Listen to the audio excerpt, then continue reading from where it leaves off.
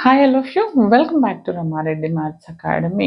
మనము ఈ వీడియోలో ఇచ్చినటువంటి బూలియన్ ఎక్స్ప్రెషన్ని ఏ విధంగా సాల్వ్ చేయాలనేది చాలా చాలా క్రిస్టల్ క్లియర్గా చాలా ఈజీ వేలో నేను మీకు అర్థమయ్యే విధంగా చెప్తానండి.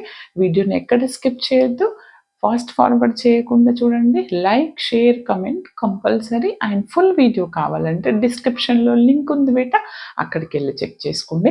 ఒకవేళ కనుక ఈ వీడియో ఫస్ట్ టైం చూస్తే దీని ముందున్నటువంటి వీడియో చూడండి.